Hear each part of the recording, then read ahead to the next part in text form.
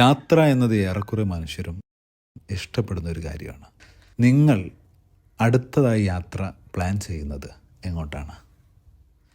യാത്രകൾ തീർച്ചയായിട്ടും പുതിയ സ്ഥലങ്ങളിലേക്ക് മാത്രമല്ല, പുതിയ അനുഭവങ്ങളിലേക്ക് കൂടി നമ്മെ കൊണ്ടുപോകും. നിരീക്ഷണത്തോടെയുള്ള യാത്രകൾ നമ്മുടെ ചിന്തകളെയും കാഴ്ചപ്പാടുകളെയും വികസിപ്പിക്കും. വ്യത്യസ്ത മനുഷ്യരിലൂടെയും വ്യത്യസ്ത നാടുകളുടെ സംസ്കാരത്തിലൂടെയൊക്കെയുള്ള ഈ യാത്രകൾ നമ്മിൽ ഒരുപാട് മൂല്യങ്ങൾ നിർമ്മിക്കും. വ്യത്യസ്ത മനുഷ്യരെയും നാടുകളെയൊക്കെ കണ്ടതിന് ശേഷവും നിങ്ങളിൽ വിനയം പോലെയുള്ള മൂല്യങ്ങൾ ഉണ്ടായിട്ടില്ലെങ്കിൽ ഒരു യാത്രികൻ എന്ന രീതിയിൽ നിങ്ങൾക്കത് നഷ്ടമാണ്.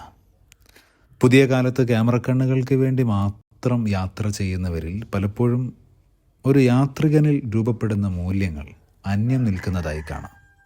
അത് സങ്കടകരമാണ്. മറ്റു മനുഷ്യരോട് വിനയം കാണിക്കാൻ, മറ്റു മതങ്ങളോട് സഹിഷ്ണുത കാണിക്കാൻ, പ്രപഞ്ചത്തിലെ മറ്റു സൃഷ്ടികളോട് കരുണ കാണിക്കാൻ, ഇതിനെല്ലാം ഒരു നല്ല യാത്രികന് സാധ്യമാവും.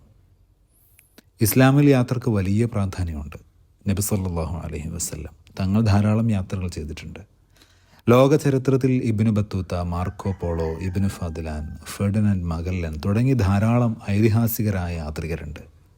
1325 തൻ്റെ 21-ാം വയസ്സിൽ യാത്ര ആരംഭിച്ച ഇബ്നു ബത്തൂത്തയുടെ റിഹല എന്ന ഗ്രന്ഥം ഇന്നും വായിക്കപ്പെടുന്നുണ്ട്.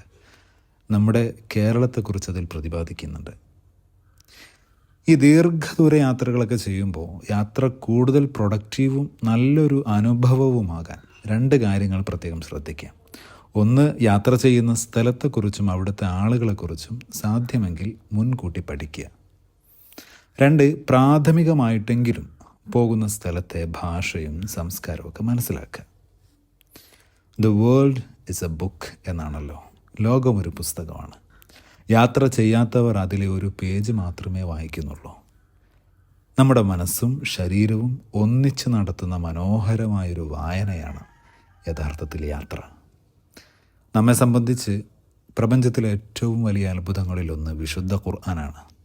വിശുദ്ധ ഖുർആനിൽ ആദ്യമേ പറയുന്നത് ഇഖ്റ, വായിക്കൂ എന്നാണ്. ഖുർആനിൽ വ്യത്യസ്ത ഇടങ്ങളിലായി യാത്ര ചെയ്യാനുള്ള ആഹ്വാനവുമുണ്ട്.